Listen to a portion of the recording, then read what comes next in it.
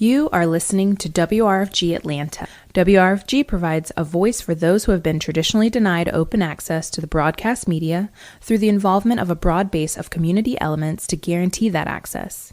In the utilization of the facilities and its programs, the following communities will receive first priority: those who continue to be denied free and open access to the broadcast media, and those who suffer oppression or exploitation based upon class, race, sex, age, creed, disability, sexual orientation, or immigrant status.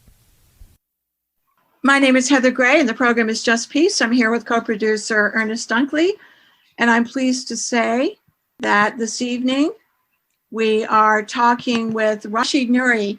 This is our monthly discussion with him. Rashid is a leading organic urban farmer, actually, in Atlanta. And as I always say, the Southeast, the United States, and or the world, Rashid. Before I go any further, though, I want you to know that the opinions expressed in Just Peace do not necessarily represent those of Radio Free Georgia Broadcasting Foundation, Incorporated, its board, staff, or volunteers. Rashid, you've been very busy doing all kinds of lecturing, right?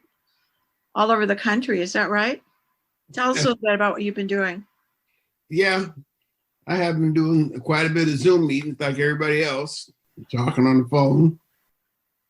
Since we're not getting together, saves time. You don't have to spend as much time traveling. So that's good. That's good. So what have people been interested in, Rashid? The same topics they always. I think this right along through here, it's primarily politics. Got a new president. There were concerns about having the old president leave. The people in this country have been very active. That's true. It's an exciting time in history. There's never been any like it. President Museveni said today that the U.S. can no longer run around the world punishing people after what happened in this country. The admonishments that we used to offer, that this country used to offer, is inappropriate today because of the amount of contention and dissension that's taking place in the United States. It's an amazing time to be alive. That's not important. What's important, who said it is not important is the actual fact that the moral high ground that the United States has assumed for centuries no longer exists, because you do not have a unified democracy supporting any particular issue. This country is extraordinarily divided. Well, has it ever been unified? On certain things, yes, absolutely. Like what? That the lowest caste in this country were Black people, and that the whole country was built upon that principle of white supremacy. So there has been a unity. Actually, there still is around that issue. There are more people of color that are engaged and involved in the process. But you got to remember, there's a very small elite that makes the decisions about what's going to happen in the world. People like Bill Gates. In the last century, it was the Rockefellers. And you got to look at what these people are doing and how they're doing it. Jeff Bezos has assumed a very significant role. I was looking at a piece on, I guess it was Amazon, with PBS, about Jeff Bezos, who founded Amazon, and Amazon has not made any money. He never intended it to make money. It was just a platform for him to be able to have access to the people. He makes his money on defense contracting, providing the computer platform that runs many of the agencies of the U.S. government. Got a lot of other things, trying to put some people up in space. So people with the kinds of money like he has, Gates, Buffett, those men and women make decisions about us that we have very little control over, but they're being forced upon us. The demanded of us, and I just read a piece today, I think it was actually from one of the things you sent me, about the kinds of basically saying that this is a dress rehearsal for something bigger. Yeah, he's got this remarkable company that seems to, I'm surprised to hear you say it's not really making any money, but. Go check the record. Yeah, it's a good idea. Yeah, right. Please, people, don't take my word for any of this. You go look for yourself. Yeah. Do your own homework and your own research. I'm just telling you what I've seen. And So if I'm wrong, I can accept it. And, we can change the narrative. This morning's headlines talked about people that were dying from the reaction to the COVID vaccine. That concerns me.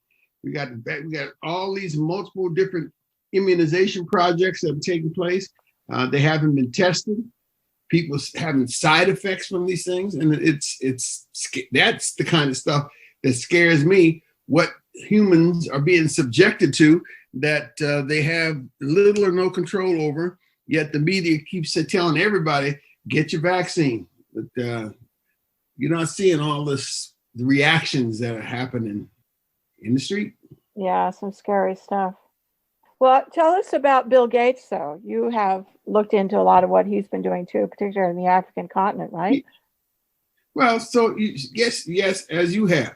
Bill Gates is trying to impose, he just recently announced that he's the largest farm owner in this country. Hundreds of thousands of acres of land that he controls. In Africa, he's trying to get the export or them to import the technologies coming from over here, GMO technology. And in some places it's being rejected, in many places it's being instituted. He's doing this in conjunction and collaboration with Big Ag, all the chemical companies, the grain companies. That's how the world is working. So what becomes important then is what we do, how we create the alternative. How are we going to thwart these behemoths? In my opinion, it makes no sense to stand on a street corner holding a placard. The work that we need to be ought to be done is on the ground in the communities in which we live. And that's the work that I support. Yeah, good. So Ernest, you want to chime in here at all? Actually, not really, because Rashid is saying very much what I would have said at that point. But that's very much the climate. However, the bright star again is the elections, and of course the second election with the senators of Georgia, and that was an interesting revelation there to see what happens when people work together, and possibly there's hope for the future.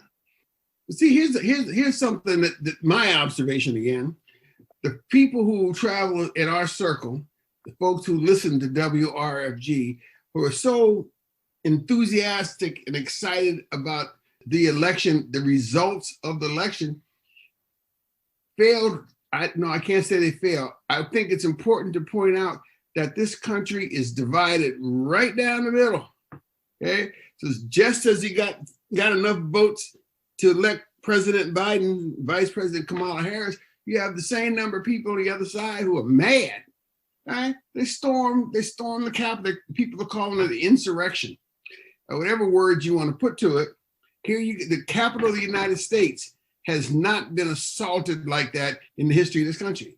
Now the White House has back in 1812, the war in 1812, but in modern times that is never, and that was the White House, not the Capitol. And now the capital of the United States has been attacked. And that attack has been from primarily middle-class white people. It's not even the working class. It wasn't laborers that were assaulting the Capitol. These were doctors, lawyers, businessmen, bankers that were up there mad saying the election was stolen. This country has a lot of problems underlying it. And then folk going to say this is not America. This is not who we really are. But that's been the history. It's always been. Well, so let's get back to that assault on the Capitol, though, because, yeah, there were a variety of people. I've also been looking into or wanting to look into who is financing this. And so, good question. Yeah, I don't have all of those answers at this point. I'm doing some research on this. But so do you have any ideas along that line? Yeah, I can tell you who is not. It wasn't Black people. Exactly. It wasn't poor white people. Yeah. It wasn't Hispanic people. And so who has it was upper middle class and upper white people who financed that. The very people who talks about they want to restore America and America's strength and independence. And that's who financed it. It's very clear who didn't finance it. To narrow it down to who paid for all those people to travel, I don't have that answer. I don't know. But I can guarantee you who did not. Yeah, right. Yes, good point. Go ahead, Ernest. I said, no, that'll work. Who didn't do it will work very well in that place. No, Exactly. we didn't do it. And the backlash will be there again in 4 years. And they'll be working diligently between now and then to make sure it succeeds again. Well, I mean, so what succeeds again? Like an invasion of the Capitol again, or? Oh no, just that they take that, since as Rashid said, the country is really almost divided down the middle, and it doesn't take very much to push it to the other side. Those people that stood up and said yes this time to for some of the things that would affect Black and brown people might not say yes the next time, depending on what happens in the next 4 years with Biden. That's true. Yeah. I mean, they may really be pissed off that they even thought about putting Biden in. So, and then it's definitely going to go to the other side, real hard. And I think, that could very well happen. I mean, the inertia, there's a lot of inertia involved in this. It's like water in a bathtub, like when you slosh it around. Once you get it moving, you really can't stop it. It has to subside on its own. And I think that's what we're looking at. This energy is almost 50-50. President Trump has allowed this one energy factor to realize that they can push it even further than they have been pushing it. So I'd expect the next time around that it'll be coming at us harder than it was with Trump. And quieter. I mean, you won't see it coming. I think they'll be very, very quiet about it, but they'll be very strong about it. So the issue is largely they want white control, right? Is that right? They've always had this. See, let's not get this wrong. It's always been white control. Yeah, that's true. I agree. This country was founded on the principle of white supremacy. I mean, that's just real. So the thing is, Rashid, with Trump in office, there was definitely white control, right? When Biden's in office, it's definitely white control. There's no difference on that score. Yeah, right. What is different now is that people have stood up and letting you know where they stand on issues, okay? So for anybody, you cannot deny, with any sense, you cannot deny that this country was founded upon the principle of white supremacy. That's the true. whole concept of race didn't exist in the world until America was formed. And that, so they brought, when the first ship of enslaved people arrived here in 1619, they also had Irishmen coming, other Eastern Europeans that were coming over to this country to be the indentured servants. And they had to have a contrast between them and the Black Africans that came. And it was decided that this is a country founded for white men to maintain control. Women didn't have any say much in it either. White men to be in charge, be in control, and that the people on the bottom who were not going to get paid for the work were Black. I'm reading a book called Caste by Isabel Wilkerson. It's brilliant. And one of the things she said, she was at the United Nations listening to a speech. An African woman came up to her and said, there are no Black people in Africa. And folks said, what? What you mean there's no Black people in Africa? There are none. There weren't. You got Ebe, you got Ga, you got Hausa, Yoruba, Igbo, and that's how they looked at themselves. They didn't say, oh, you Black, or I have different color than you, so I'm better than you. There were no Black people. They were tribes. They were nations of folk. And that whole concept of race was introduced here. Did you know before Hitler took over, there was a group of 17 German intellectuals. They had already started how they're going to get rid of the Jewish population in Germany. And they sat down and studied America to see how America was able to institute such a rigid segregation of people, unwanted people, dispossessed people. And their conclusion, what they drew from what they learned studying the American system, and said, America went too far. We can't go quite as far as they have done in America. That's what they learned. Hitler learned all that stuff studying America. The apartheid system in South Africa came about by studying what was going on here in America, where you had Black people were relegated to the bottom of the caste system, absolute bottom. You had institutionalized racial, it became racism in this country, where by law, Black people were separated, segregated, and could not be engaged and involved in this society, the American society. And we just do not have an understanding how severe that was, how difficult it was. And the joke is, I mean, today people want to talk about Martin King and all the things that have improved. But if you look around, neighborhoods are still segregated, schools are still segregated, and the poorest schools are Black schools, and poorest neighborhoods are Black neighborhoods. So the all this post-racial rhetoric that we often hear exclaimed is nonsense. Okay, you got some folk up there now who are taking these positions. Biden is working very hard to make sure that his cabinet and his political appointees look like America. But how are they going to overcome that 1% at the top who have said we're going to keep this system the way it is? The biggest problems that America has is capitalism and white supremacy. And until those things are addressed, these issues are addressed head on, it's going to be very difficult. And the joke is that the people who have all the money, the 1% who control the wealth of the world, they're not going to give up power. You know, power doesn't yield itself. If we're going to make a change, it's got to start at the bottom. And that's been the work that I've chosen to do. It's with food. Establishing food self-sufficiency, food sovereignty for the people, so we can feed ourselves and have some control of our lives and not all have it all dictated by some people at the top. I don't know if that makes any sense, but that certainly is the feeling that I have. No, it absolutely makes sense. Go ahead, Ernest. Sorry. Then if you could apply that same concept to communities. And what I mean by that they should be organic, they should be healthy, there should be enough of material around to grow healthy people. There shouldn't be toxic things around to destroy people.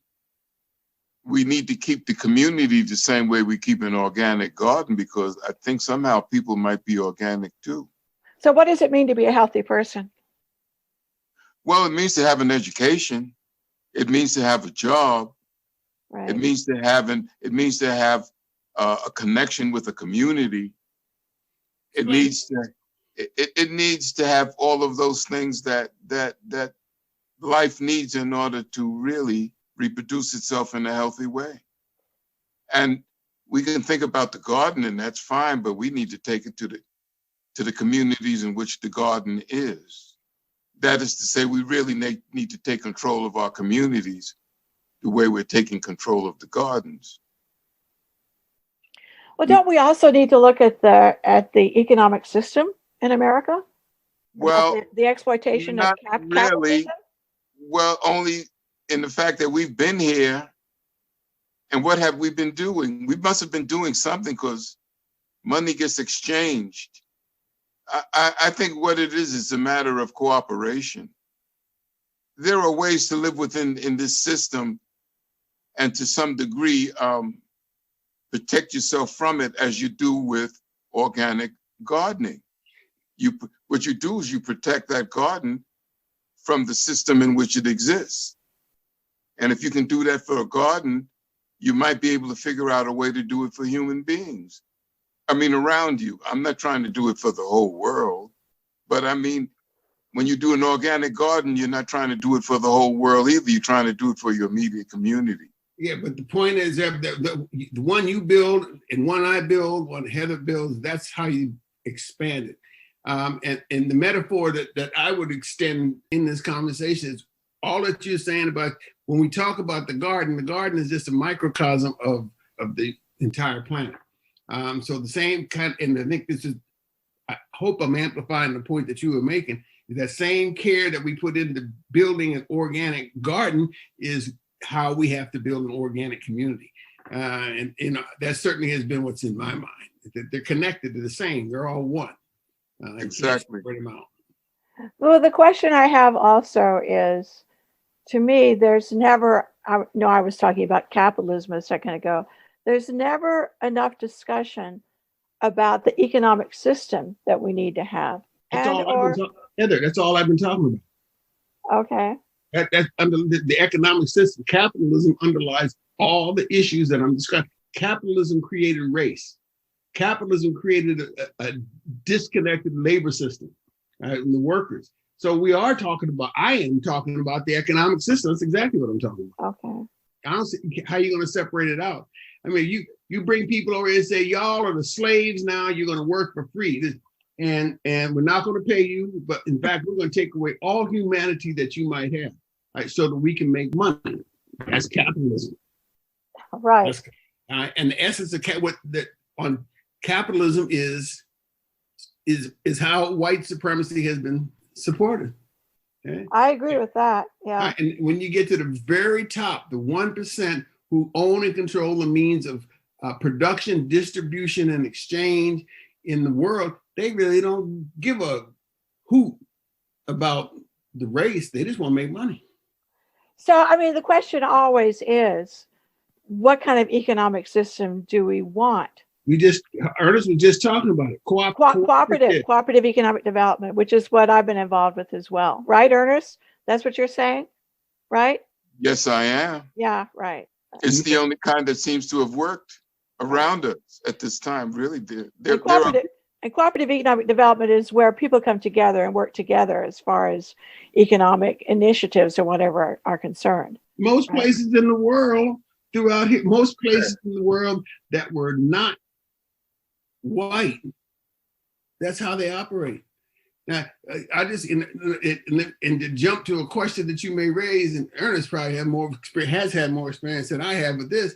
Even if you're going to pull out a society anyway, so they got kings and they're exploiting all the people. Now there's a big difference. So people are living collectively and cooperatively, and if the king misbehaves, a couple of cultures in Nigeria, and I think it was Ernest the one that explained this to me, and you can break it down some more. If the king misbehaved, the elders would send him a poisoned egg, and he would be obligated to eat it. Get out of the way because you messed up our community. Okay, so the people are still involved. Even though you have a king, you have to have a leader, someone to organize it. And if he's doing what the people want, it's fine. If he misbehaves, they'll take him out. Everywhere in the world, okay? And that's been the history, except in Europe and America. Right. Well, I mean, I don't know. You talk about the Trump election, right? Or the Trump-Biden election, I should say. Well, they ousted Trump. Is that any reflection of that at all, or no? No.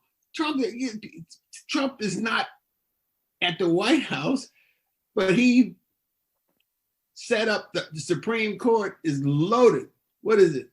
6-3? Yeah. Now, between the so-called conservatives and the so-called liberal, he's appointed judges all over the country. So Trump's although he's not in the White House, his legacy has survived, and it will continue long into the future.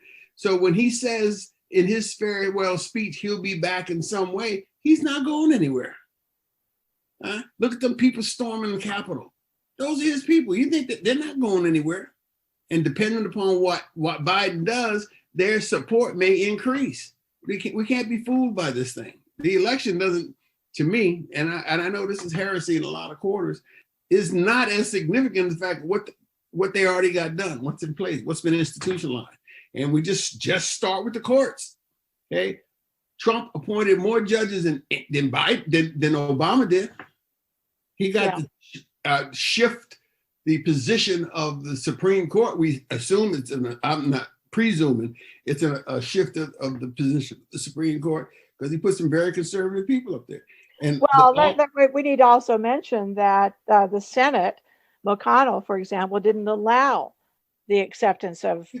That's not the see. This, in my opinion, this is where people get stuck in creating these battle lines that are really non-existent. The difference between the Republicans and this is all my opinion. This is not the opinion of WRFG. This is Rashid Nuri speaking. You got the right wing and the left wing of the same mosquito that's going to go out there and bite everybody. Okay. In fact, the Senate now is 50-50, and Kamala Harris, the Democrats ostensibly have it because the vice president can cast the vote. But there's none of them folks that they're going to change the system. You're listening to WRFG Atlanta 89.3 FM. The program is Just Peace, and this evening We're having our monthly discussion with organic urban farmer Rashid Nuri. We haven't seen reparations coming to the people who have built this country and have been exploited. It hasn't come. There's no reason to expect it. You look around, you read the history of all these Black cities that were destroyed because who built cooperative economic systems, building community, and they were destroyed by the Ku Klux Klan.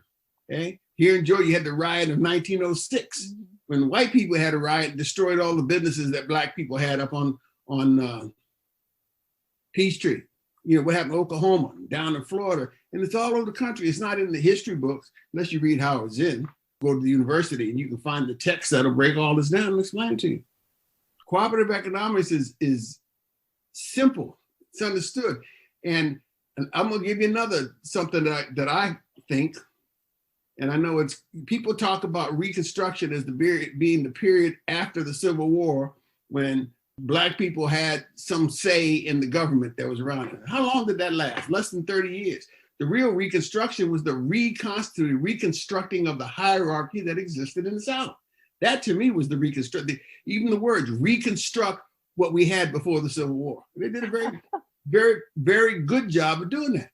And instead of having enslaved people working the land, you had sharecroppers working the land, and it worked out exactly the same, and it was cheaper for the landowners. Why is it cheap? Why is that cheaper for the landowners? Sharecropping is, I own the land and I provide the seed, you do the labor, and then I collect all my expenses out of that. I get the crop, I get to sell it, and then if there's something left over above the costs that you incurred, I get to keep that. Rare that the sharecropper made any money, because he bought his stuff from the store at the same plantation owner owned. They're still slaves. Now, Rashid, this is sort of like a feudalistic system in itself, isn't it? You can put every word you want to on it. Yeah, I'll buy that.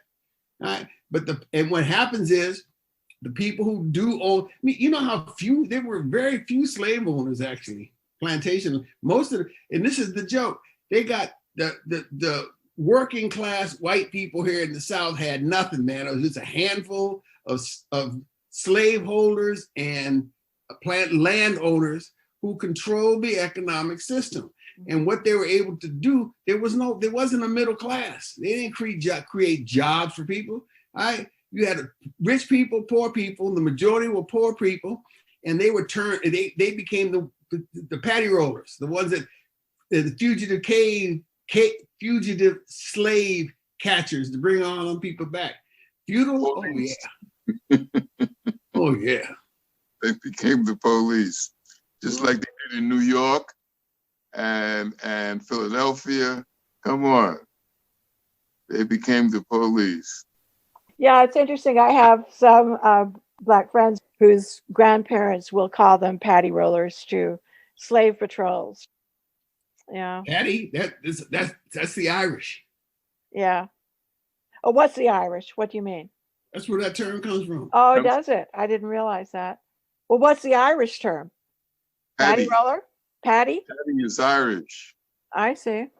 And patty means what? Patrol. Does it? No. Well, what does it mean? Patty, what does it mean? There are a lot of Irishmen who name is Patty. Patty's an Irish name. Okay. So you're saying that patty rollers is the Irish policemen to keep these slaves in check. That's all that meant. So I thought patty came from patrol. That's not correct. No. Okay. All right. I don't think so anyway. No, that's all right. That's okay. All right. So as Dr. King would say, Rashid, where do we go from here? I've been doing it. I'm trying to establish food self-sufficiency, food sovereignty, food control of the food, and provide education, training, jobs all around that, creating the world that I would like to see, giving people healthy food, giving jobs. That's how I've chosen to approach this. Right. So, and you decided this a long time ago. I'm just always interested in what really inspired you, actually. And this has been going on for a while that you've been doing this work. How long have you been doing this work now? 50 years? 55 years. 55 years. So I probably asked you this question, but I'm going to ask you again. What really inspired you to get involved in organic urban production? It's not organic urban production, is how I say this. You want to think global and act local. Right. That's what's really important. So the concepts that underlie the urban organic food production, as Ernest said, are the same principles with which you build community and can build nations. Right? For me, as a child of the 60s, we were talking about nation building. And I had to make a decision. I wanted a practical skill so I can contribute, make a constructive contribution to the building of a Black nation. Okay, that's been my primary concern, of the oppressed peoples of the world, the non-white peoples of the world. And I started, the very first thing I did gave me an idea where I might be going, was installing fruit and fresh juice machines on my campus in high school. And I started growing food in the community. I went back to college, and one day I was sitting in the library writing a paper on theory and practice, comparing the work of Jomo Kenyatta in Kenya, Julius Nyerere in Tanzania, wondering, should I be a carpenter to build houses? Should I be a printer to publish books and magazines? And God spoke to me and said, learn everything about food from the seed to the table, and to do it experientially. And that began my formal work in agriculture. So the urban agriculture that we have done here in Atlanta over these last 15, 16 years was a culmination of many years of practice, and me having, by God's grace, having the opportunity to learn about food and seeing how food is grown, produced, distributed and distributed and exchanged around the world. And to bring all that knowledge back to Atlanta and put it into the work that we have done. And I didn't get it all done. I mean, the question I had to ask myself, has my assignment been complete? And that at 70 years old, I stepped down as the CEO of the Truly Living Well Center for Natural Urban Agriculture, where we tried to institute these principles of collective work, responsibility, cooperative economics, all the things that I've been articulating over the years and seeing demonstrated in many different ways, and putting them into practice. And it was tough. I didn't get all the way to where I wanted to be, but it is quite gratifying to see all the people who have come through Truly Living Well implementing this work. So it's amazing how much you can get done if you're not concerned with who gets the credit. And I call them my children and my grandchildren and their associates and their cousins are all doing this work all over this town. Last night, Zoom, we were talking about a group of young people, many of whom I've known, who have been associated with Truly Living Well. And we were talking about how diversifying agriculture, all the things you could do to diversify to get production profit out of a piece of land. So it's been great. And where Truly Living Well ended up, as I tell you, land, labor, and capital are the three things you need. Truly Living Well has its own land it owns right here in the city of Atlanta. Okay, the training we've done, we trained our own people. Having that land puts Truly Living Well ahead of the class.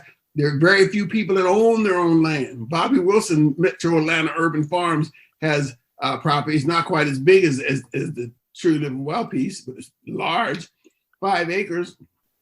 Truly Living Well owns 3, but has another 4 that has a long-term lease on, so it's effectively 7 acres. You're not going to find any farms bigger than that in metropolitan Atlanta. So that's a beautiful thing. They got a good start. So I know I've brought this up with you in the past, Rashid, but one of the things that's impressed me when I've gone to Truly Living Well is just the look on people's faces, the excitement about the process of growing food locally like this, and the children who so enjoyed it. Now, you've done a lot of work in educating children as well, because where Truly Living Well has its property right now is close to a school, right? So and that's been wonderful. So tell Well, what's your reflection on that as well? I'm just curious. which part? Heather? I don't know, the excitement that people have. I've watched the children out there working as well at Truly Living Well, and it's like they are so thrilled to be able to do this, I think right? you just answered your own question. I probably have. It's just the excitement, I think, of understanding also the process of growing food. Under my tenure, we had thousands of children coming out there. And what's happening now all over the city, you got people building gardens at schools, getting the children involved, parents at home. It's wonderful to see all of this. All right. And to see how far we have come since I started this work 50 years ago. I mean, it's very satisfying, gratifying. And I thank God that I had an opportunity to have a small role in this process. So let me just ask you also, I know we've talked about this briefly before, but you were instrumental in starting the organic urban production, in having a director of urban production here in Atlanta, right? Well, go ahead. Correct me if I'm wrong. It's a collective work, okay? And the conversations, the teaching that I had done, all of that led to the city under Stephanie Stuckey's leadership as sustainability director to hire a individual to be the first director of urban agriculture in any city in this country. All right. So Stephanie she knew about my work, all the people that were involved in it, so I played a role. I was a part of it. I didn't say, go to anybody and say, do this. Okay. I was part of the process that led to it being done. And that's satisfactory for me. So this has inspired some other cities to look at this as well, right? Or people in other cities to organize around that also, right? I mean, there's one in Boston now. There's a director of, right? There's one in DC. Of urban agriculture, and then in DC too, right? Yeah. It would be here's let me try to couch it well. It would be incorrect to say that all these things have happened because of me. My ego, I have an ego, but it ain't that big. Okay, not that big. All right. What I'd like to see on my epitaph is that he made a contribution, a constructive contribution to many of the things that have happened in this country. And that's quite satisfying to me. I'm not looking for the credit. I'm just glad to see the work being done. Well, I guess the point is, it would be good, and you and I have had some discussion about this in the past, it would be good if other cities began to explore this as well, right? Having a department of, are they doing this now? There are a lot of other cities. All over the world, Heather. Oh, that's good. Is there anything you could share about that? I just did. What would you like to know? I don't know. Every major city in this country has people growing food. But what about a Department of Urban Agriculture? I just told you at least 3. Yeah. But other cities are exploring this as well, I guess, right? All over every major city in this country has groups that are doing this. That's why they have conferences. All these professors are writing these obscure papers describing it. That's how academia does. But the interest in urban agriculture, of this new paradigm of a local food economy, it is not a movement. There's been a paradigm shift. And it's a question of scaling it up and engaging and involving more and more people in it. And it's happening organically. The scale of it, I mean, how many thousands of people? I have no idea. I really don't care, because I know that it's going on. Just go on the internet, every city, all the papers, whatever the subject is you want to go to. Even the U.S. government now is appointing 2 levels of committees to deal specifically with urban agriculture. They're putting on a committee in the county to address urban agriculture, just like you have the county committees. You're going to have a county urban ag committee. What do you call the agency? FSA. The FSAs having committees. There's 6 cities now. They're going to have another 6 to make it 12. Atlanta's going to be 1. So you have a regional person appointed from the USDA to run this. Then they're also going to have a committee at the national level to discuss applications that are going to be due in March. And then for the county committees, that's later on this summer, addressing this urban agriculture. The Cory Booker Senator Booker would put in a bill to bring a degree of interest and focus and money to saving Black farms in this country.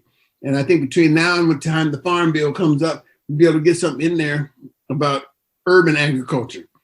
You are on 2 or 3 committees that are talking about, essentially talking about reparations and dealing with these issues, these dispossessed farmers that still have not gotten what they're due for the land that has been stolen from them. It's happening all over.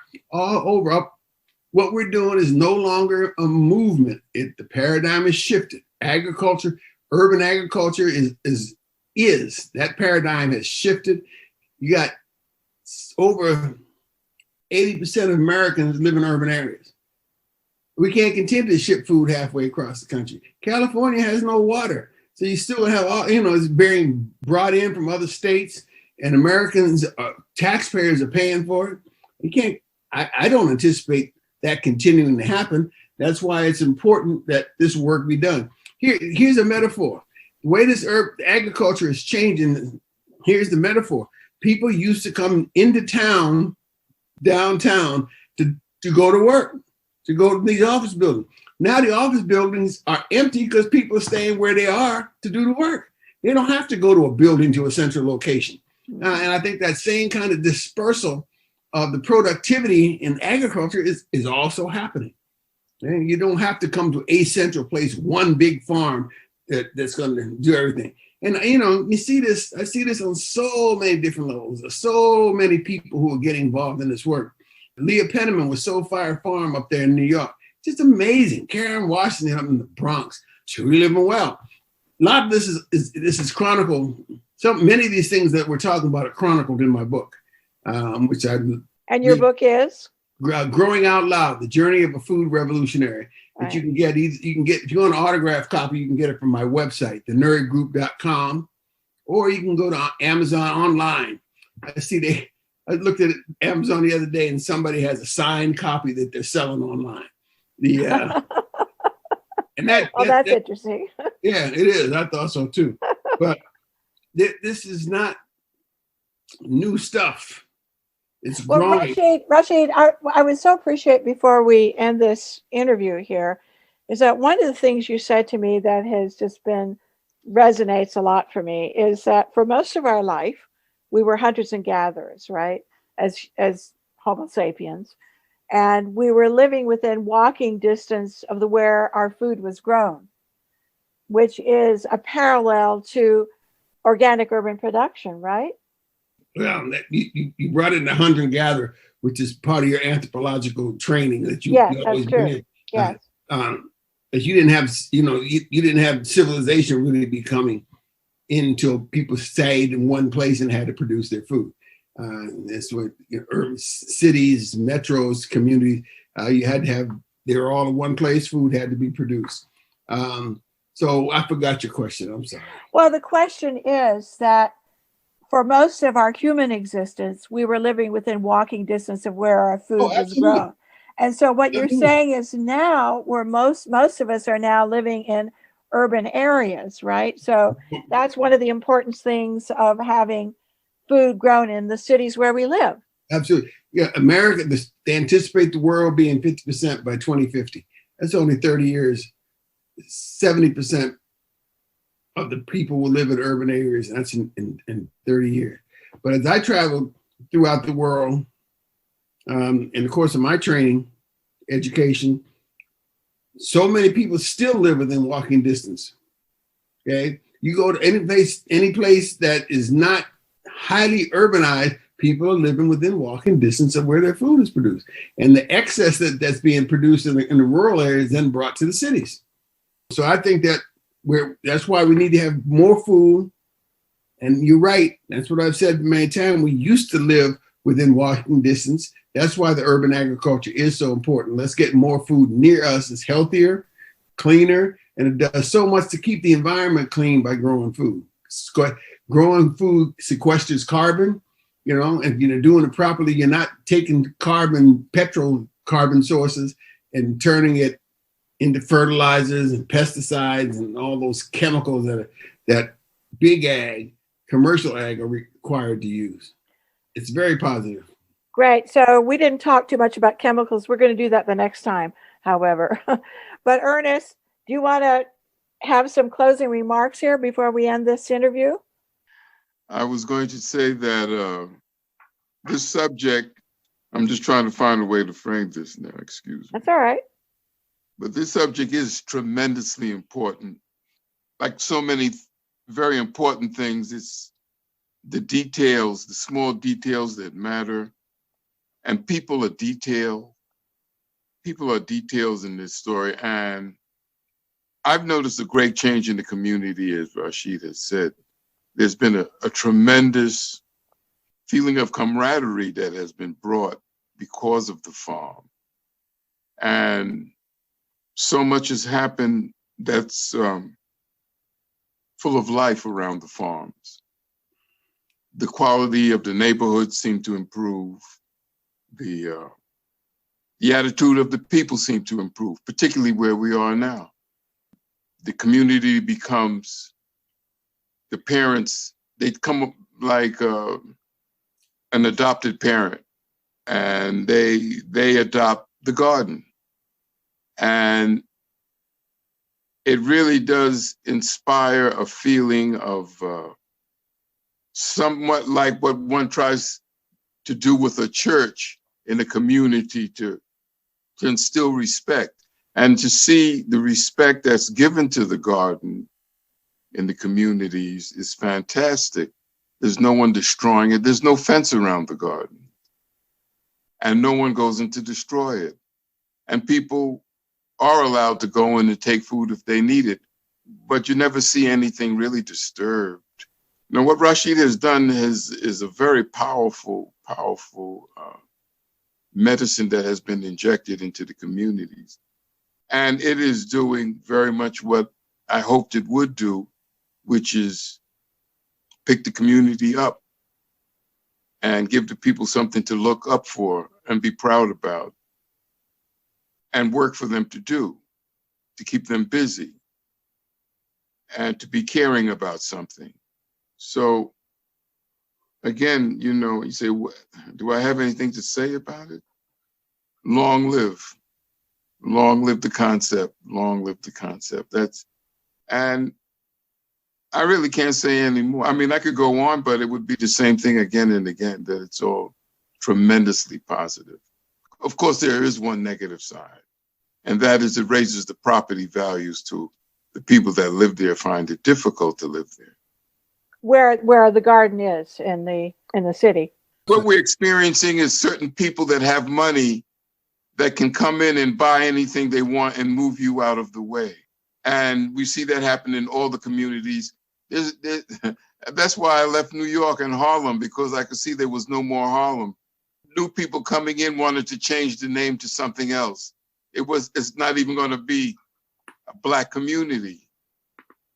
But not that it has to be Black, but it's sort of erasing all of its history. And many of the good things that were there are gone. And the things that they brought in, I don't know that they're really any better. At any rate, but that's to be expected, because we're living in a place where people are taken advantage of. And that's it. Well, thank you for that, Ernest. So, and Rashid, thanks yet again for another incredible discussion about so much. I don't even know how to summarize all of that, but thank you so much. So, all right, Miss Heather, you have a wonderful week and time, and God bless all your righteous endeavors. Thank you, Rashid, Nuri. All right, and thank you, Ernest. Thank you, Heather. Thank you, we'll Rashid. Talk again soon. All right, take care. All right, peace. Peace.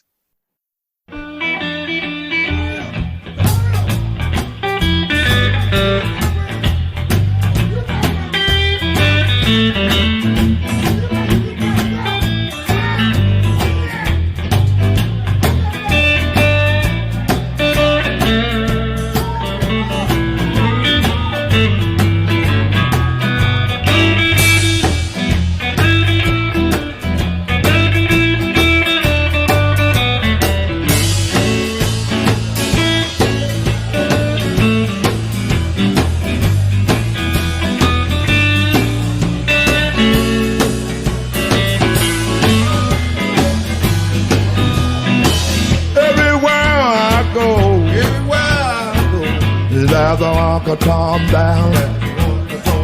Everywhere I go, there's Uncle Tom down. Uncle Tom, he got to go. When I go to church, there's Uncle Tom down. When I go to work, there's Uncle Tom down. Uncle Tom, oh Uncle Tom, you got to go. You got to go, you got to go.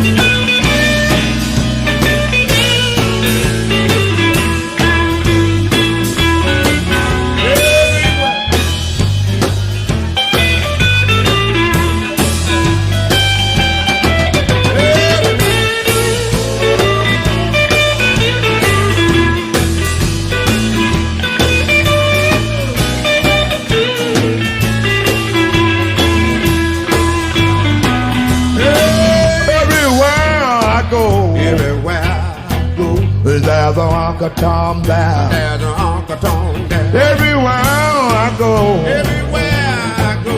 there's Uncle Tom down. There's Uncle Tom down. Uncle Tom, oh Uncle Tom, he got to go. You got to go, you got to go. When I go to church, there's Uncle Tom down. There's Uncle Tom down. When I go to work, there's Uncle Tom down. There's Uncle Tom down. Uncle Tom, oh Uncle Tom, he got to go. You gotta go.